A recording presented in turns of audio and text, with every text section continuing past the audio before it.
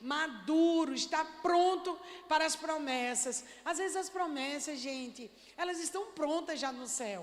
A promessa que Deus fez para nós, Ele ainda não vai criar. Ele já criou. Você tem alguma dúvida disso? Salmo 139 diz: quando éramos substância informe, no ventre da nossa mãe, o Senhor já tinha escrito todos os dias de nossas vidas. Ei, não tem nenhum dia que Ele não escreveu. Você não está vivendo dias que Deus não tem o controle. Ele tem um controle. Ele já escreveu sobre esses dias. Mas tem algo em nós. Às vezes nós precisamos nos aprontar para a promessa, ficar prontos. Então não é só ter a promessa, é ir para o lugar da promessa. Não é só, Deus falou isso, ok, eu vou me movimentar para o que Deus falou. Então, nós não somos mais escravos, nós somos filhos, e como filhos, nós somos herdeiros. Então, de escravo, aceitou Jesus, se tornou filho, mas ainda não é herdeiro. O filho precisa de um aio. O aio é o tutor legal, que toma conta de você, até que você tenha maior idade para entrar e receber herança. Aí a Bíblia diz, éramos escravos, agora somos filhos, mas de filhos nós nos tornamos herdeiros de Deus. Então, a gente tem 3 fases da nossa vida. Então, eu tenho que me movimentar para nos tornar aptos a receber a promessa. Às vezes a promessa está aqui na cabeça da gente. Às vezes a promessa está aqui, ó, batendo na nossa testa. Mas a gente é resistente a nos movimentarmos para viver o que Deus preparou para a gente. Então, que seja uma semana de introspecção. A gente sabe que ainda vai ter essa semana, na outra. Mas eu já estou preparando o terreno para a gente se movimentar nesse mês. Não simplesmente passe esse mês de qualquer jeito, mas se movimente. A gente está contando os dias para a conclusão do ano gregoriano, que a gente já concluiu os dias do ano bíblico. Então, o que eu devo fazer para me tornar a pessoa que Deus quer que eu seja? Onde eu devo me movimentar? Tem coisas que eu tenho que me livrar, tem palavras que eu tenho que deixar de dizer. Uma coisa eu aprendi, sabe, gente? Que tem coisa que Deus deixa a gente fazer no deserto, que não deixa fazer na terra prometida. Teve atitudes e comportamentos que foram tolerados no deserto, que quando chega na terra prometida, Deus não deixa. Então tem coisa na nossa vida, sabe, que Deus deixou você agir assim por um tempo, mas agora não deixa mais. Agora é uma nova estação, agora é um tempo de vinho novo, agora é um tempo de maturidade, de um novo nível de maturidade. Então, tem coisas que a gente tolera que nossos filhos façam com 4 anos, mas se eles fizerem com 12, a gente dá uma chegada neles, não dá? Eu mesmo dava. Eu dei muita chegada nos meninos, porque tem coisas que eles podiam fazer com 4, 5 anos, mas se fizer com 12 é ridículo. Então, e nós, na nossa vida espiritual? Então, vamos nos preparar para isso. Dia 20, traga alguém, convide alguém, né? A gente sabe o quanto o apóstolo Schubert é usado por Deus, o quanto ele conecta as realidades espirituais, o quanto ele verdadeiramente é um ministro do que traz o evangelho. Quando a gente trouxe a primeira vez ele para o Nordeste, ele nunca tinha vindo ao Nordeste, gente. Ele foi convidado para ministrar numa conferência em Genebra, e eu e Fofinho tinha sido convidado para a mesma conferência. Quando eu olhei para a cara dele, e ele não tinha ministrado ainda, a gente sentou numa mesa, porque levaram a gente para fazer as refeições juntos. Olhei para a cara dele e disse: você tem que ir no Nordeste, você precisa ir no Nordeste, Deus tem algo com você no Nordeste. E ele disse: eu nunca nem imaginei me pisando no Nordeste, e agora, gente, ele já está vindo, já está indo ministrar em outras igrejas. Então, sabe, a gente vê o quanto Deus está trazendo para o Nordeste, o quanto Deus está fazendo as conexões. E para a gente naquela época, ele estava morando na Alemanha, e Deus criou o ambiente, criou a situação. Deus permitiu tudo que concorresse para o bem, para ele estar no Nordeste.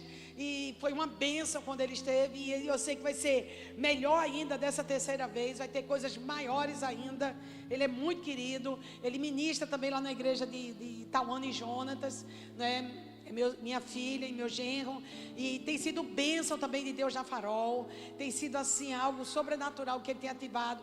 Eu tenho apresentado Ele em várias igrejas, e todo mundo que conecta com a Peshuber diz que Ele é um apóstolo de um coração genuíno, de um coração puro, de um coração íntegro, e que alegria a gente fazer essas pontes. Então, mais do que nunca, nessa casa onde Ele pisou a primeira vez, eu quero honrá-lo, que você traga pessoas para ouvir o que esse homem carrega.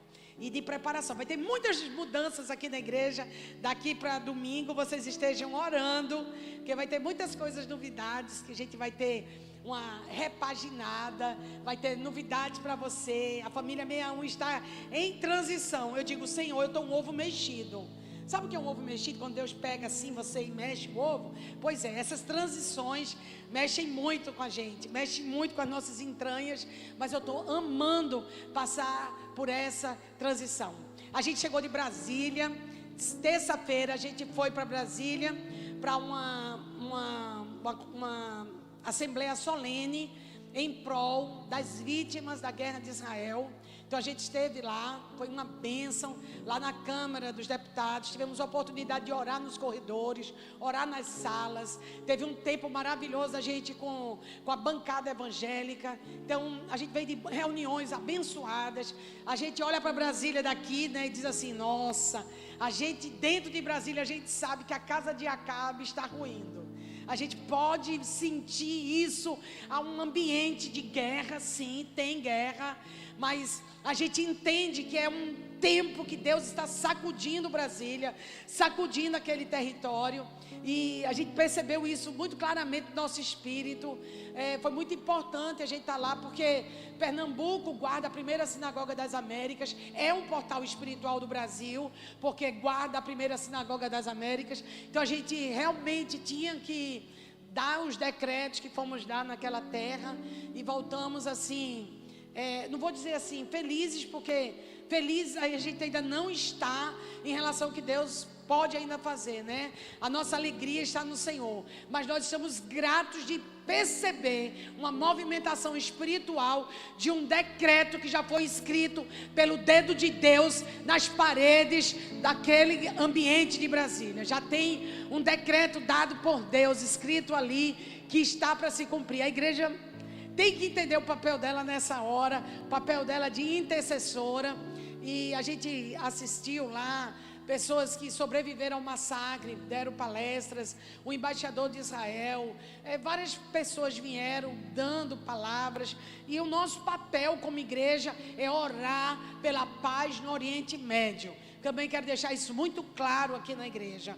O nosso papel, porque às vezes a gente escuta pessoas com discurso inflamado. Não, nós temos o entendimento espiritual que Jesus vai pisar no Monte das Oliveiras e vai ser aberto o portão dourado. Há uma promessa que Jesus volta no Monte das Oliveiras, mas enquanto igreja, hoje, o nosso papel é orar pelo cumprimento dessa promessa, mas também abençoando todas as nações da terra, declarando a salvação de todos os habitantes da terra, porque Deus não quer que ninguém se perca, mas que todos sejam salvos. Então nossa oração está pelo Líbano, a nossa oração está pela Síria, pelo Egito. O nosso papel de olhar pela essa janela 1040, tomar nossa posição de intercessores nessa hora, e também entendendo, prosperem os que te amam, ó Israel, que precisamos orar pela paz de Israel. Esse é o mandamento bíblico, e é isso que nós temos que fazer nesse momento. Mas foi uma semana produtiva, gloriosa, muito trabalho, muita alegria de servir ao Senhor. Hoje a gente tem convidado aqui, mas eu queria compartilhar algo com vocês rapidamente. Por favor, solta aí a palavra lá em Gênesis que eu pedi. Obrigada, glória a Deus. Diz assim no versículo 3 de Gênesis 15, uma conversa de Deus e Abraão. Eles estão tendo um bate-papo, né? Eu gosto muito dessas conversas que a gente tem com Deus.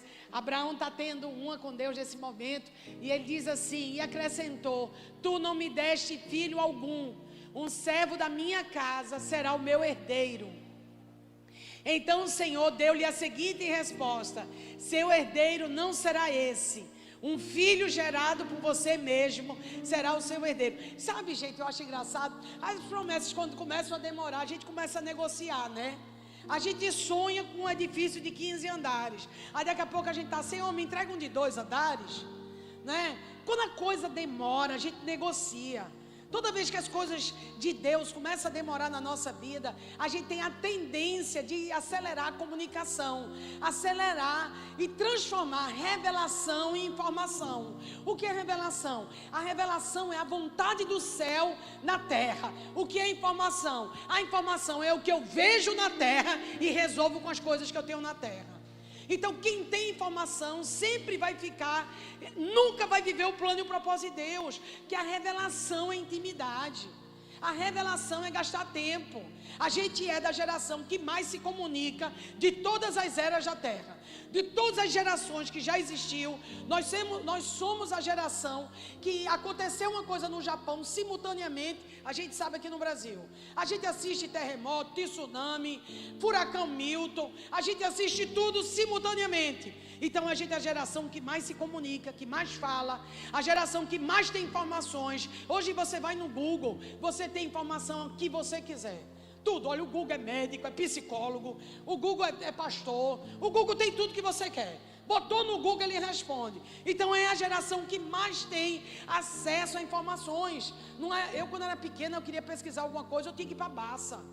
Eu tinha que sentar, gente, ir para a enciclopédia. Tinha que sentar, minha mãe me botava para estudar e botava as enciclopédias todinha ali em cima da mesa para eu aprender a pesquisar a enciclopédia. Hoje, se eu falar isso com meus filhos, eles vão dizer o que é enciclopédia. Não sabe o que é, não. Não vai saber o que é. Nós somos a geração que a gente tem um acesso rapidíssimo. Pega ali o celular, a gente pesquisa o que quer. Então, não é falta de comunicação que a gente tem. Amém, família? Não é falta de comunicação. A gente se comunica muito. Agora mesmo tem pessoas assistindo o culto através da internet. A gente tem uma comunicação muito intensa. A gente não tem a intimidade. Essa é a geração que não tem intimidade. Pais não têm intimidade com seus filhos. Terceirizam os filhos a educação na escola. Marido e mulher não têm mais intimidade, porque eles estão ocupados com a comunicação do celular. As famílias perderam o lugar de intimidade e deram esse lugar para informação. Então você tem informação sobre o seu filho. Você pergunta sobre o seu filho. Ele passou em inglês? Passou. Passou no futebol? Está na escolinha de futebol top. Está fazendo curso de robótica. Não, a professora disse que a nota é tal. E a nossa tendência é chegar em casa e perguntar: estudou? Fez o dever? Foi para o inglês? Foi para a robótica? Ok. Informação a gente tem, mas você sabe o que o seu filho está passando, você sabe com quem ele conversa, você sabe os sentimentos dele, você sabe a dor dele, você sabe o que ele está passando na escola? Não, porque a nossa geração é uma geração de informação e não é uma geração de intimidade. E a gente pegou isso, botou esse pacote dentro da igreja também. Nós temos muita informação sobre a igreja. Sabemos fazer a igreja que dá resultado. Pinta a parede escura, bota um ar-condicionado, bota uma boa mídia, chama um bom grupo aqui para tocar. E a gente vai oferecer cursos, veredas, casais, crianças, jovens. Por favor, empreendedorismo financeiro. Porque a igreja que não tiver empreendedorismo financeiro, ela é arcaica. Um curso de empreendedorismo financeiro para as mulheres se entreterem. Vamos dar um curso de mesa para elas. Então a gente tem curso para tudo, a gente tem informação para tudo, a gente tem resposta para tudo. Trabalhamos para excelência, mas não trabalhamos para intimidade. Não somos uma igreja de intimidade, somos uma igreja. O retrato da igreja hoje é um retrato de funcionar. A igreja, ela está sendo preparada para esse tempo, para funcionar. Só que Jesus não quer uma igreja que funcione, porque se Jesus quisesse uma igreja que funcione, Ele teria botado lá no jardim do Éden um engenheiro de produção, mas Ele não botou. Ele botou um cultivador de jardim. A Ele não queria a multiplicação. Gente, a gente vive uma época que a gente está comendo uva sem caroço, melancia sem caroço, engenharia de produção. Vamos fazer em quantidade. vamos ser rápidos. Então a gente tem que mostrar serviço. Pastores, mostrem serviços. Pastores, mostre que vocês são excelentes. Uma boa oratória, uma boa apresentação, um bom lugar confortável. Eu fico imaginando as igrejas que eu e Fofinho foi na África, na Nigéria. Pé no chão, não tinha equipamento de som, não tinha mídia, não tinha marketing, não tinha Instagram, mas o Espírito Santo estava lá. Ninguém era atraído por pagar o Instagram para alcançar as pessoas da redondeza. Não, gente. Eu não estou dizendo que nós não vamos usar as ferramentas, mas eu estou dizendo que as ferramentas não podem ser fundamentos. Uma coisa é uma ferramenta que eu uso na hora da necessidade, outra coisa é eu pegar a ferramenta e fazer dela o meu fundamento. E a gente tira os olhos de Jesus. Por quê? Porque nós estamos ocupados em trazer comunicação e informação, e a revelação pode esperar. E são dias desafiadores. São dias que nós devemos perguntar ao Senhor o que agrada a Ele. O que agrada o Senhor. Então, quando Abraão está conversando aqui com Deus, Deus precisa tirar Abraão da situação. Às vezes Deus tira a gente da situação, sabe, gente? Para ter conversas conosco. Por quê? Porque Abraão disse: eu sei que você não vai me dar, então eu quero negociar. Eu sei que eu não estou com revelação. Então, por favor, o que Abraão queria de Deus, gente? Informação. Quem vai ser o meu herdeiro? O que Abraão estava buscando? Não vou gastar tempo com você, Deus. Só me diga quem vai ser, como vai ser e acabou. Só que Deus, Ele não pensa como a gente. A palavra de 2025, uma delas é Isaías 55. Porque os meus pensamentos não são os seus pensamentos, nem os meus caminhos são os seus caminhos. Porque os meus pensamentos são mais altos que os seus pensamentos, e os meus caminhos são maiores do que os vossos caminhos. Porque a gente é a geração, quando vai acontecer? Eu já estou falando com um monte de gente chegando para mim e dizendo: chegou o final do ano e não aconteceu. Está no final do ano, e aí o que é que vai ser da gente? Gente, não vai ser nada, porque Deus não trabalha com tempo, Deus trabalha com a eternidade. Você vai sobreviver. Pessoa que quer casar esse ano não casou, deixa eu te dizer, vai ser feliz e vai sobreviver. Pessoa que quer comprar alguma coisa, não comprou. Pessoa que quer viajar, não viajou. Você acha que Deus trabalha com ano? Quem trabalha com ano é o banco que precisa fechar o ano. A empresa precisa fechar o ano. Deus trabalha à luz da eternidade. Todo profeta que se agarra com o ano se estriba, se quebra, se arrebenta, porque entra em depressão. Profetas não trabalham com anos. Profetas trabalham à luz da eternidade. Sua vida é a luz da eternidade. A sua caminhada, o que Deus está construindo em você, o que Deus está construindo em sua família, não precisa prestar conta quando chegar o fim de 2024, porque o que Deus está fazendo na sua casa, na sua família, na sua história, é a luz da eternidade. Deus pega tudo. O diabo fica te pressionando. Está chegando o fim de outubro. A gente já entrou em outubro, o diabo já quer pressionar a gente. Quem trabalha com pressão é cão. Quem trabalha com pressão é o diabo. Ele que fazia isso com o povo de Deus lá no Egito. Trabalha, faça tijolos, catem palhas. Era o quê? Produtividade. Deus não trabalha com produtividade. Deus trabalha com reprodução. Se o grão de trigo não cair, não morrer, não dá trigo. Então tem um processo para reproduzir, cada um segundo a sua espécie, porque Adão não era engenheiro de produção, era cultivador e guardião do jardim, era para produzir segundo a sua espécie. Então, crente, toda vez que você for trabalhar para Deus e quiser produtividade, na verdade você vai estar a serviço do diabo. Por quê? Porque para Deus você trabalha com reprodução. Você vai gastar tempo de intimidade com seus filhos, com seus discípulos, para produzir segundo a sua espécie. E isso não dá para comprar um pacote de avivamento completo para instalar na sua igreja. A gente compra um pacote, aí vai fazer uma produção aqui, tira a semente, porque isso é mais rápido. Eu não como vocês semente, eu como a semente.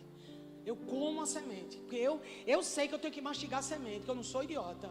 Se eu não vou comer uma fruta híbrida, é híbrida. Tu não sabe se é macho, se é fêmea, o que é, rapaz? A gente está vivendo num tempo que os homens foram bombardeados por ideologia de gênero, estão virando veganos. Os homens veganos.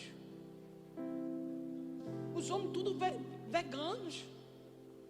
Os homens tudo sendo atacados por ideologia de gênero, gente. Meu filho, vá caçar, meu filho, vá para a caverna, vá pintar a cara, dá uns gritos aí de homem. Porque a gente está vivendo uma crise de identidade. Eu vou alimentar isso. Eu vou comer melancia com semente, uva com semente, manga com semente, e depois eu vou mastigar a semente para cultivar em mim que eu não estou aqui para uma engenharia de produção, mas eu estou aqui para ser cultivador e reproduzir segundo a sua espécie. Porque se não tiver semente, não reproduz. Quando o governo começar a segurar tudo e instalar os últimos capítulos, a gente vai perceber que as pessoas não vão ter mais semente para plantar nas terras. Porque a gente vai estar tão acostumado com o que estão enfiando na gente, que a gente vai ajeitando, vai aceitando. E está entrando devagarinho, está entrando devagarinho. Eu já disse a Fofinho, você não vai ficar com gato, você vai ficar com cachorro. Porque isso pode ser um ataque também da ideologia de gênero aí, o negócio. Começar a ficar, meu marido, graças a Deus, come muita carne. Mas começa os homens criando gatinho, ficando sendo veganos. Cara, vai caçar, né? Não pode. Bota aí de novo a palavra para eu não ir embora desse negócio aqui. Bota aí, devolve. Então o que Deus está falando com Abraão? Abraão está tendo uma conversa, tentando negociar. Aí Deus diz o que para Abraão? Levando para fora da tenda, disse: olhe para o céu e conte as estrelas, se é que pode contá-las. E prosseguiu: assim será a sua descendência. Descendência é aquele que descende segundo a sua espécie. Deus está falando com Abraão, Abraão está falando com Deus.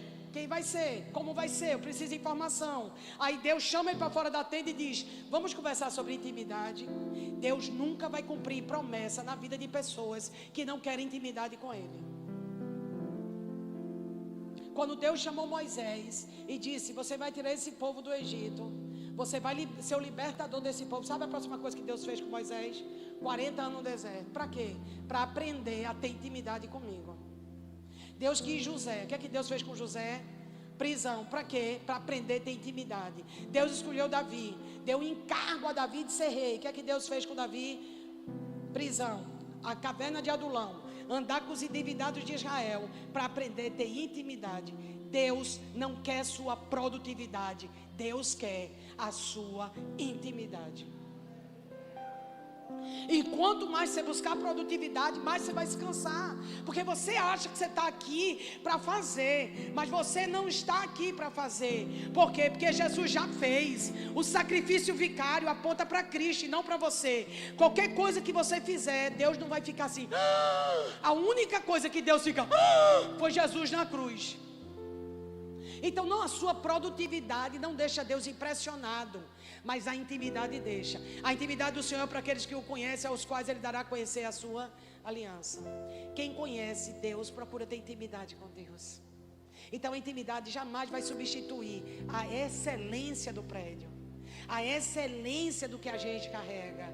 Porque a gente está fazendo a coisa tão bem feita que a gente vai descobrir em qualquer momento que a gente começou a fazer sem Jesus.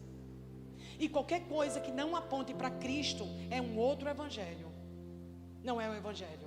Qualquer outra coisa que o fundamento não seja Cristo é outro evangelho. Se nós atraímos as pessoas daí de fora para aqui para dentro, porque serviço top, lá resolvem isso, eles são muito bons nisso, eles liberam profecia, eles são um lugar de conferências que apóstolos vêm.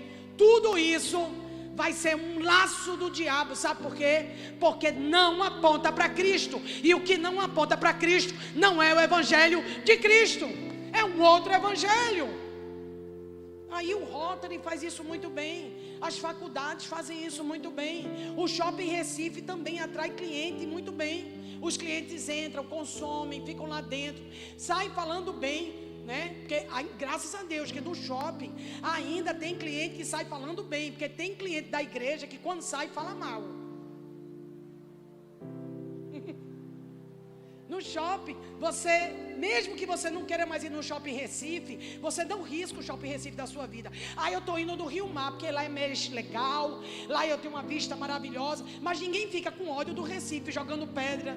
Não, trata bem, é um shopping maravilhoso, mas agora eu estou no Rio Mar. Os consumistas precisam sempre ter um lugar que atraia mais sua atenção e massageie o seu ego. Mas os filhos ficam plantados na casa do pai, a despeito do seu ego. Então Deus está preparando uma geração que é filho e não consumista, que se porta como filho. Como é que você fica na casa do seu pai? Quando seu pai adoeceu, você pulou fora? Quando sua mãe entrou na menopausa, você deu um chute no bumbum dela? Não, porque é filho. O que Deus está querendo gerar na igreja brasileira é uma geração de homens e mulheres e crianças que têm a identidade de filhos e não se move por informação, mas por intimidade. Deus vai gerar o que for para criar intimidade com você. Deus vai lhe levar, vai botar em alto, vai botar abaixo, vai puxar. Ele vai fazer qualquer coisa para gerar intimidade com a sua noiva. Você já viu casamento com a noiva sem intimidade com ela? Jesus está vindo casar, gente. E onde estão os amigos do noivo? Os amigos do noivo não são consumistas. Os amigos do noivo, eles trabalham pela igreja. Eles são os trabalhadores da seara. Eles não têm tanto desejo, aqui, esse é bom, aqui, risquei. Não, eles são apaixonados pela noiva. Esses são os amigos do noivo. Como eu posso ser amiga do noivo e não amar a noiva? Eu amo a noiva que eu estou. Não, então você é cliente da noiva. Você não é filho nem amigo do noivo. Se você só é amigo enquanto está, você não é marcado para ser o amigo do noivo. Você é um consumista. Então Deus está chamando a gente para um novo nível de intimidade, para a gente concluir essa estação. E Deus diz para Abraão: olhe para o céu. Peraí, eu estou com um problema, eu estou olhando lá para casa, eu estou olhando para minha mulher, o peito dela riou, ela parou de menstruar. Estou aqui com um problema sério. Minha mulher está avançando, já dobrou o cabo da boa esperança. E Deus está dizendo assim: Abraão, olha para o céu. E Abraão está: mas olha para Sara. E Deus: Abraão, olha para o céu. E Abraão: olha para Sara. E Deus dizendo: olha para o céu. E Abraão: mas olha Sara. Aí Deus está dizendo: enquanto você olhar para Sara, eu não posso cumprir a promessa. Enquanto você olhar para o problema, para a falta, para a insuficiência, eu não posso ser abundante na sua vida. Se você tem promessa, decida para onde você vai olhar. E nos momentos de silêncio de Deus, decida permanecer do que Deus prometeu. Chegaram para Jesus e disseram: Lázaro está doente. Jesus continuou fazendo, estava fazendo. Porque Jesus não se move por necessidades. Jesus só se move por revelação. Está doente, a primeira coisa que você faz: larga tudo e vou lá. Né? A gente na nossa carne, peraí, eu vou resolver isso. Por quê? Porque a gente ainda não confiou no sacrifício vicário de Cristo. Que Cristo sofreu o sofrimento vicário para resolver tudo da nossa vida. Mas a gente tem a tendência de querer resolver tudo da nossa vida, porque a nossa confiança ainda não está apoiada no sacrifício vicário de Cristo. Então disseram para Jesus: está doente teu amigo. Tá bom. Depois chegam para Jesus e disse: ele morreu. Aí o que Jesus disse? Demorou quanto tempo? 2 dias para ir lá visitar um amigo que já tinha morrido, que as amigas dele, Maria e Marta, estavam lá desesperadas, chorando, chateada, a situação toda. Sabe o que é isso? Quando Deus chama a gente para alguma coisa, vai deixar a gente no silêncio algum tempo para saber se a gente confia na promessa ou confia na informação. Qual é a informação? Lázaro está morto. Qual é a promessa? Vai ressuscitar. O silêncio de Deus é para subir você de degrau. O silêncio de Deus é para colocar você num patamar mais alto.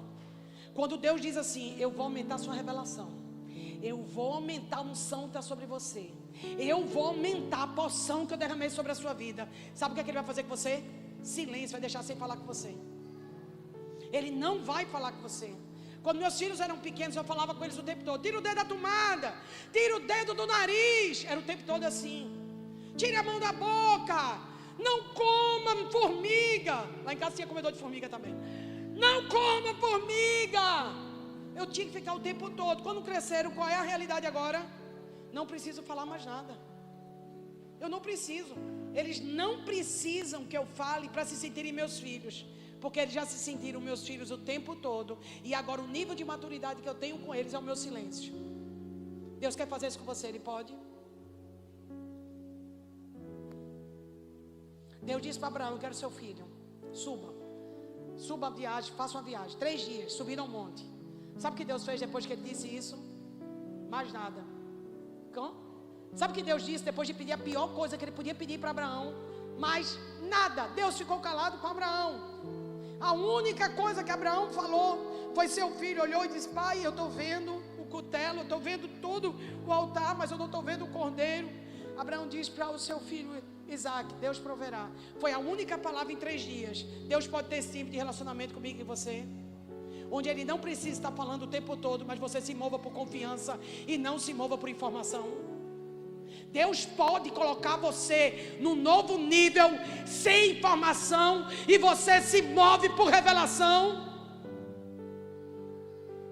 Será que Ele pode?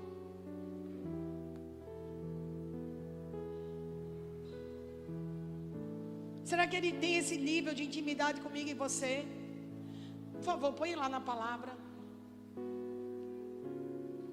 Abraão, volta por favor, o 5. Levando para fora da tenda, disse-lhe: olha para o céu e conte as estrelas, se é que pode contá-lo. E prosseguiu: assim será a sua descendência. Sabe, quem quer contar estrela no desespero? Deus tem senso de humor, gente. Deus mandou Abraão contar a estrela. Abraão está com um problema sério em casa. Ele tem uma promessa e a promessa não se cumpre. Deus está em silêncio. Sara está cada dia mais velha. Abraão está cada dia mais inoperante. Sabe, cada dia a situação está agravando mais. Aonde está Deus? O Deus do silêncio, que espera a intimidade crescer por causa do sacrifício que já foi feito na cruz. Se Deus está lhe chamando para um tempo de silêncio, sai da sua tenda e conte as estrelas, até que a promessa se cumpra. Se Abraão tivesse contado estrela, o tanto que Deus queria que ele tivesse contado, talvez ele tivesse deitado para o hangar. Ele devia ter ficado contando estrela, porque está dando problema para a gente até hoje, essa bronca de Ismael com Isaac. Por que o abençoado não ficou contando estrela? Foi contar outras coisas de Agar. Jesus, venha cá. Se Deus está em silêncio, aguarde. Quando você não tiver luz nenhuma, confie no nome do Senhor seu Deus. Isaías 50:10. Quando não houver luz nenhuma, confie no Senhor. Deus está amadurecendo a igreja. Deus está levando a noiva dele na terra para um novo nível de maturidade. Os amigos do noivo estão se aprontando e eles vão se mover por intimidade e não por informação. Eles não serão engenheiros de produção, mas eles serão reprodutores segundo a sua própria espécie. E eu posso reproduzir segundo a minha espécie. Será que Deus pode contar comigo se eu fosse a última pessoa da terra? O que seria da igreja? Se eu fosse a última pessoa hoje de Recife e Deus entregasse a igreja a mim, o que eu estaria fazendo com a minha vida, com a igreja? Se Deus confiasse a igreja a mim hoje e dependesse só de mim a vitória da igreja, a igreja estaria bem? A igreja estaria ótima? A igreja estaria vitoriosa ou ela estaria em crise. Quem somos nós diante da noiva de Cristo para esse tempo, para essa hora, para esse encontro? Eu me lembro que quando estava perto de Tauana casar, nossa vida se tornou o casamento de Tauana. Tudo era para o casamento de Tauana. Tudo era para a gente deixar esse casamento lindo. Tudo era para ataviar a noiva. Tudo era para deixar ela formosa. Tudo era para a gente se envolver nisso. Por quê? Porque havia um assunto urgente para acontecer. Bem, está para acontecer o casamento da noiva com o noivo. O que estamos fazendo? Como estamos nos posicionando? O silêncio de Deus não será Deus permitindo que a igreja amadureça, que a igreja entre no novo nível de maturidade, que a gente não tenha ânimo dobre, seja agitado de um lado para o outro. Não pense que esse homem alcançará alguma coisa do Senhor. O homem inconstante em todos os seus caminhos. Sai para fora da tenda e começa a contar as estrelas. O 6, por favor. Abraão creu no Senhor e isso foi lhe creditado como justiça. Encerro aqui. Vem cá, a promessa aconteceu? Versículo 6. Abraão segurou Isaac no colo e creu em Deus. Não. Por que Isaac aconteceu? Por que a promessa se cumpriu? Porque Abraão entrou num novo nível de maturidade. Ele creu. Ele creu no silêncio. Ele creu sem nenhum sinal.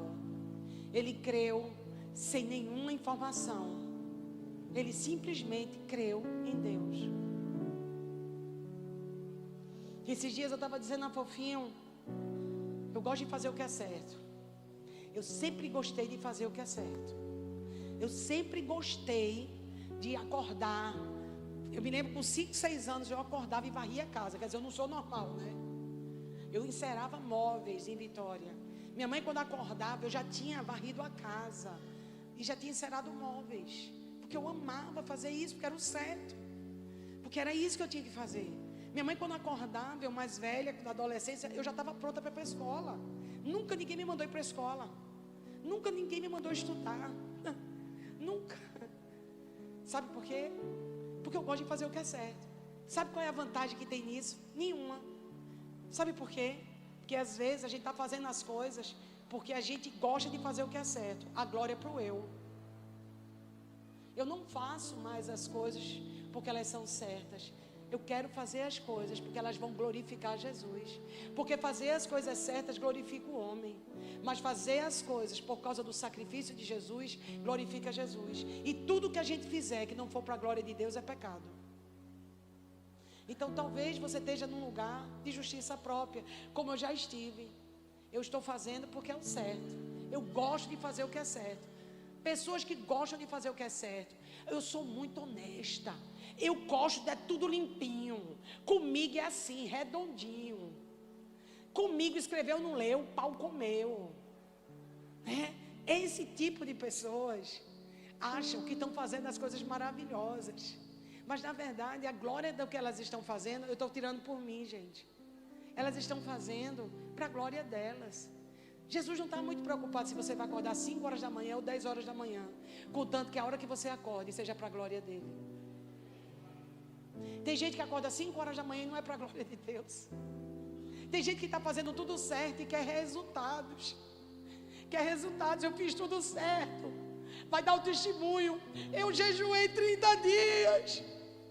Eu fiquei um couro e um osso. Eu passava noites acordado. Aí, daqui a minha vitória chegou. Desça e só suba quando você disser que tudo que você fez foi refúgio. Que a sua justiça é como trapo de imundícia. Que se você não tivesse jejuado 40 dias, nem ficado acordado e nem ter feito nada, Deus teria agido, porque Deus não age pelo que eu faço, mas age pelo que Ele já fez. Então, queridos, talvez o milagre esteja demorando, porque a gente está esperando a resposta do que a gente fez, quando a gente devia ter expectativas naquilo que Deus já fez. Ele deu seu filho. Tudo o que você precisa hoje é apoiar a sua vida no sacrifício de Jesus. Abraão creu em Deus e isso foi lhe imputado por justiça. Sabe qual foi a única coisa que Abraão fez? Creu em Deus. Eu estou tentando fazer um monte de coisa, e Deus chega para a gente hoje e diz: não é sobre o que você está fazendo. O que você está fazendo é bom para você. Acordou cedo e foi caminhar, que ótimo, seu colesterol vai estar bem baixinho. Você não vai ter uma perna amputada. Você vai ter mais saúde, vai conseguir correr atrás dos seus netos com 60 anos. Ok, isso vai ser bom para você. Mas isso não muda nada no meu milagre na sua vida. Porque o milagre de Deus só depende dele. Deus não tem uma engenharia de produção dentro da igreja para produzir milagres. Deus tem cultivadores de jardim que vão desenvolver e vão liberar filhos segundo a sua espécie. Abraão, ele entendeu isso e o milagre aconteceu. O silêncio de Deus é exatamente o período onde Deus está colocando você mais num patamar de revelação mais alta. Talvez você esteja dizendo: Deus não fala comigo, Deus não me responde. Eu e Fofinho, a gente estava viajando para Brasília esses dias, e Fofinho botou no Waze. Em determinado momento, a viagem de 4 horas, o Waze apagou completamente. E a gente estava numa estrada que não era uma estrada estadual, era interestadual. Não passava um carro. A gente passou 2 horas numa estrada que não tinha posto de gasolina, não tinha um carro, e o Waze não pegava. E enquanto a gente estava naquela estrada, Deus começou a falar comigo. Deus começou a falar sobre o que Ele faz nas nossas vidas de vez em quando. Ele convida você para uma viagem, te põe na interestadual, não deixa nenhum posto à vista e apaga o Waze. Por quê? Porque Ele não quer que você confie nas ferramentas. Ele quer que você confie nele. Deus abençoe. Deus abençoe. Se o seu Waze apagou, confie em Deus. Se você não vê nenhum sinal que Deus vai agir, continue confiando. Se você não vê nenhuma saída esse final de ano, continue caminhando. Se você não sabe de nada e está sendo perseguido, as contas chegando, a empresa falindo, a enfermidade bateu a porta, eu quero dizer a você: continue caminhando, continue confiando. Porque Abraão creu em Deus e isso foi lhe imputado por justiça. Talvez não, com certeza, Deus está tirando suas muletas, porque o seu novo nível precisa de revelação e não de informação. Talvez tudo que você teve até hoje foi: eu preciso de uma igreja segura, que me dê as informações necessárias. Eu preciso de um casamento seguro. Eu preciso de comida na despensa e dinheiro no banco. Aí eu vou conseguir dormir tranquilo. Ei, o piloto sumiu. O Waze apagou. E ele vai lhe ensinar a confiar. Eu quero que você fique de pé, porque eu quero orar hoje. Porque há muitos aqui hoje que estão aprisionados, precisando de se sentir seguros, precisando urgentemente de muletas. Nós não temos muletas na família 61, nós temos milagres. Nós não andamos com muletas, nós andamos com milagres. Então não tem uma muleta para te dar essa noite, mas eu quero te dizer que há uma igreja em transformação, há uma igreja em emancipação na terra. E essa igreja que está ressurgindo é a igreja do terceiro dia. E ela não se move por informações, ela não se move por resultados, mas ela se move por intimidade. O que Deus mais quer de você não é a sua produção, mas é a sua intimidade. É desejar estar com Ele, orar, descobrir o que oração pode fazer, é gastar tempo de oração com Ele. Ninguém vai ter intimidade se não orar. A única forma de você ter intimidade com Deus é orando. Porque aqui na terra, Deus não usa celular, Deus não usa satélites, Deus não usa interfones. Deus só usa uma coisa: oração. E se você não gosta de orar, você não está falando com Deus ultimamente. Quanto tempo você gasta no seu relacionamento com Deus? A gente já pecou demais dentro de casa, conviver com informações. Os psicólogos da escola dizem quem nossos filhos são. Toda vez que um psicólogo da escola tentava dizer quem meu filho era, eu dizia: você pode ter informação do livro, eu tenho a informação do coração. Eu tenho a revelação de quem Deus gerou aqui. Eu sei o que eu gero. Você sabe o que você gera? Então não abrace a informação, abrace a intimidade com a sua casa. Abrace a intimidade com seus filhos, abrace a intimidade com o Pai, porque a única forma que Deus tem para falar com você é oração. A única forma que Deus tem para dizer a você o que Ele quer fazer com você é através de oração. Esses dias eu levei 2 livros que eu estava na expectativa de ter um tempo com a Bíblia e com os livros. E levei 2 livros que eu não tenho conseguido ler. Então assim, eu vou ler. Deus chegou para mim e disse: não, eu não quero que você me conheça pelos livros, não nessa estação. Eu quero que você me conheça pela intimidade. Eu andei no escuro de 4:30 da manhã às 6:30 até o sol nascer, conversando com Deus.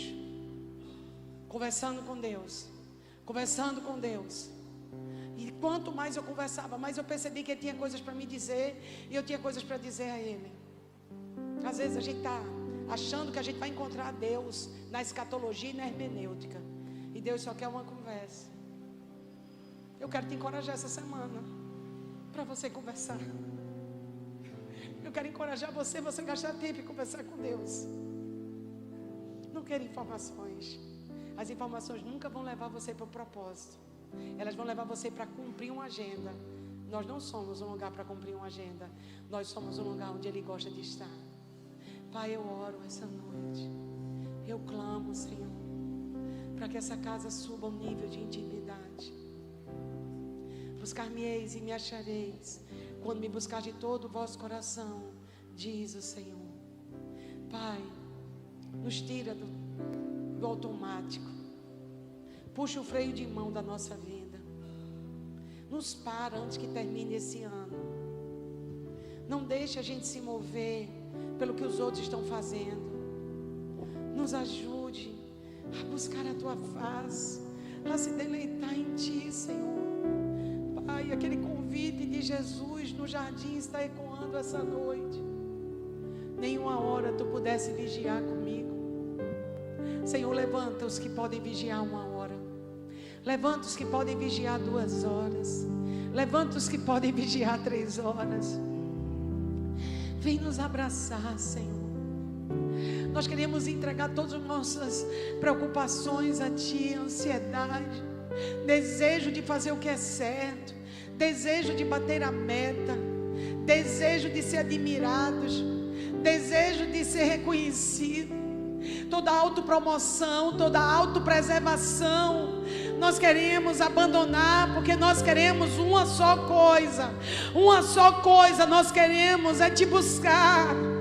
Tu és a resposta, mas ainda que Tu não fosse a resposta, ainda assim nós queríamos Te buscar. Tu és a cura, mas ainda que Tu não fosse a cura, ainda assim nós queríamos Te buscar. Tu és provisão, mas ainda que as contas não sejam pagas, nós queremos Te buscar. Jesus, nos dá um novo coração. Tira de nós, Senhor, o desejo do consumismo, o desejo de consumir espiritualmente. Nós nos tornamos consumidores espirituais, consumidores escatológicos, consumidores religiosos. Nós queremos, Pai, ser palmeira plantada, verdejante e viçosa. Nós queremos ser filhos, nós queremos intimidade. Senhor, Moisés teve 40 anos de silêncio para conversar contigo. Nos dá 40 dias de silêncio para conversar contigo. Que calem-se todas as outras vozes, que só uma voz tem autoridade nas nossas vidas. A voz do Cordeiro de Deus, a voz do Filho de Deus. As minhas ovelhas ouvem a minha voz e me seguem. Senhor, se nós não ouvimos a Tua voz, então estamos seguindo a quê? Estamos seguindo a quem? Estamos seguindo ao quê? Nos tira da moda, Senhor. Nos deixe fora de moda. Nos deixe fora do padrão do mundo. Nos deixe fora, Senhor, da caixinha. Mas nos leva a ouvir coisas, Pai. Moisés ouviu o que ninguém ouviu e libertou 3 milhões de pessoas. Davi ouviu o que ninguém estava ouvindo e derrubou Golias. Esté ouviu o que ninguém ouviu e venceu na Pérsia. Senhor, quando a gente parar para te ouvir, a gente vai fazer coisa que ninguém está fazendo e vai ter a vitória que ninguém está tendo. Nós queremos te ouvir. Que esses dias sejam dias de ouvir a voz do Senhor. Que você possa fazer um compromisso hoje. Talvez você esteja perdido. Talvez você esteja hoje pior do que cego e tiroteio. Você está fazendo as coisas porque tem que fazer, mas não sabe mais se Deus mandou você fazer isso. E aí? E se Deus mudar tudo daqui para o dia 31 de dezembro? Não sabemos o que Deus vai fazer, mas só sabemos se nós pararmos para ouvir o que Deus vai fazer. Entre eficiência e intimidade, fique com intimidade. Entre resultados e intimidade, fique com a intimidade. Se eu, para ter intimidade com Deus, eu tiver que começar lá na praia, onde orava, não titubeie. Pode ter certeza que eu vou fazer isso. Se eu, para ouvir Deus, eu vá para a praia, eu irei para a praia. Mas quando vocês olharem para mim, vocês vão ter certeza que eu estou com intimidade com Deus. Façam isso. Façam isso a respeito de tudo. São dias de intimidade. Tem uma irmã aqui, Leia, é? Você pediu oração, Leia, aqui. Cadê ela? Me ajude, Leia. Cleia. Ai, Cleia. Cleia. Cadê Cleia? Vem cá, Cleia. Nome da minha tia, irmã do meu pai, Cleia. Filha de Cora, neta de Corina. Você pediu oração aqui porque havia um diagnóstico. E conta o que aconteceu. Amém. Paz, família. Há alguns dias atrás, assim, a nossa família foi pega por um diagnóstico onde a gente não esperava, mas a gente sabia que era uma provisão de Deus naquilo que Deus queria fazer, não só da vida dele, mas na vida de toda a família. E Deus, ele nos pegou de uma forma onde ele mostrou o verdadeiro amor dele por nós. E o meu cunhado, ele teve um problema pulmonar, o qual chegou ao estágio 0 de uma doença, e qual para os médicos ele não poderia estar aqui hoje. Mas o decreto de morte, quando a gente se levantou em oração para a glória de Deus, ele está aqui hoje para dizer que Deus é fiel. E foi uns dias muito difíceis. Amém. Ele está aqui hoje para agradecer. E ele estava em coma. Estava em coma por 8 dias. Então teve alguns irmãos aqui que oraram. A irmã Maria, a pastora Andréa, a pastora Vanessa. E tinha um decreto de morte na vida dele. Mas Jesus se levantou e fez algo extraordinário. Talvez você esteja aqui com esse decreto de morte, onde os médicos poderiam dizer, não há mais jeito. Mas Jesus, o dono da vida, trouxe a vida, e trouxe a vida com abundância. E assim, foram uns dias muito intensos que Deus, assim, fez o sobrenatural. E qual ele era para ter alta, na outra semana, Deus até isso antecipou. Vai ser hoje a tua alta. Aleluia! E saiu do hospital andando, falando, comendo. E está hoje aqui agradecendo ao Senhor pelo que Deus fez. E mais importante, entregou a sua vida a Jesus.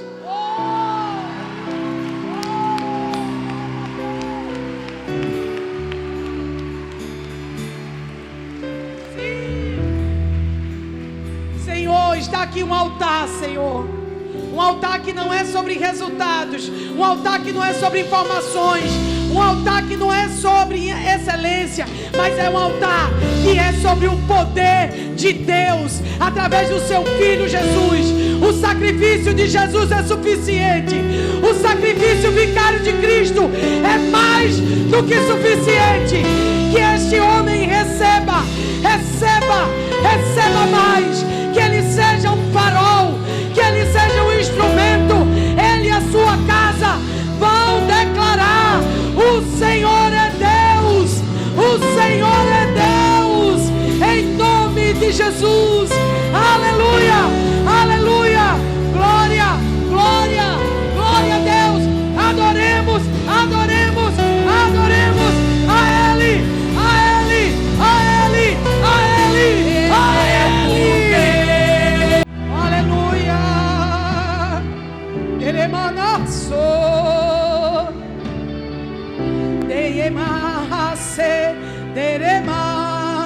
de queremae, de rebasso,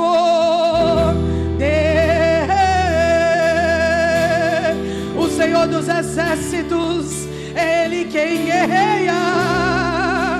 Entrega agora a tua causa neste altar. Rema, serema, de que os que estavam fracos e abatidos serão fortalecidos, os que estavam desanimados serão tocados, os enfermos serão curados.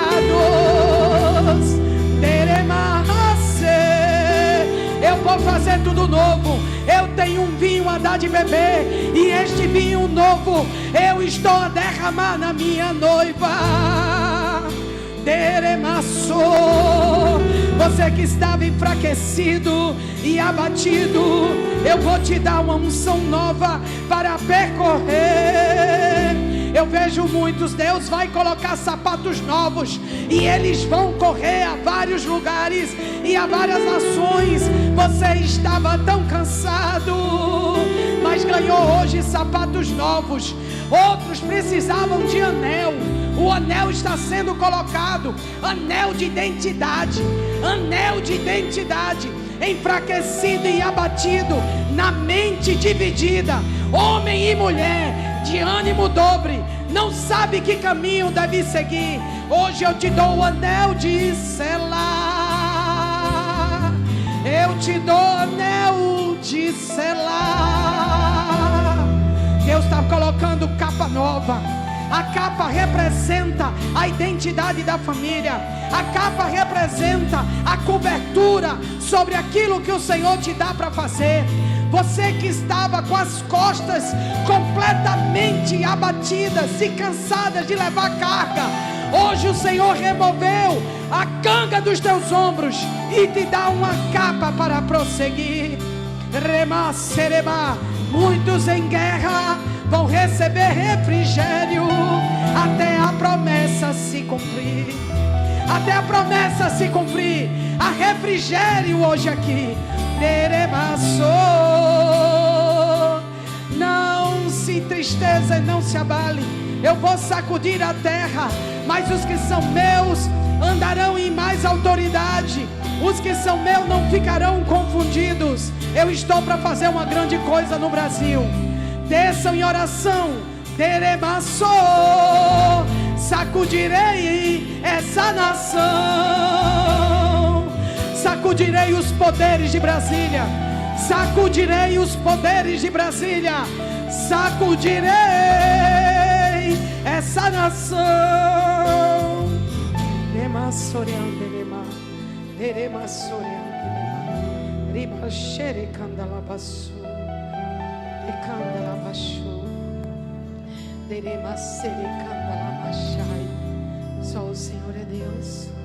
Jesus, Rei dos reis, Senhor dos senhores, Príncipe da paz, aquele que era, aquele que é e a que há de vir, Senhor dos exércitos, Leão da tribo de Judá, a porta, o conselheiro, Paracletos, o amigo, advogado, advogado, advogado, advogado, advogado, Leão da tribo de Judá, Leão da tribo de Judá.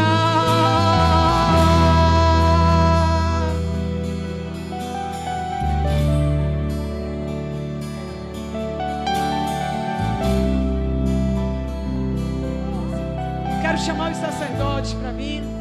Você que está com os impossíveis no meio da guerra, Deus falou sobre altar. Então, mesmo que você hoje apresente suas ofertas em Pix, não deixe de vir no altar. Não venha por causa de dízimo, de oferta, venha por causa da entrega da sua vida, um novo nível de intimidade com Ele. O que Deus fez hoje aqui, gente, olha, eu não sou de ter visões abertas, mas havia uma espada enorme no teto dessa igreja, e o cabo apontava para a África, e a ponta apontava para o louvor. E essa espada era grande, ela pegava o templo todo. E eu disse: Deus, o que é isso? É para eu voltar a ter espada nessa igreja? O que é? Fale. E o Senhor falou: eu estou levantando a espada pelo meu povo. Esse é um tempo que você vai ver a espada do Senhor lutando por você. Baixe a sua espada, guarde a sua boca e deixe Deus fazer.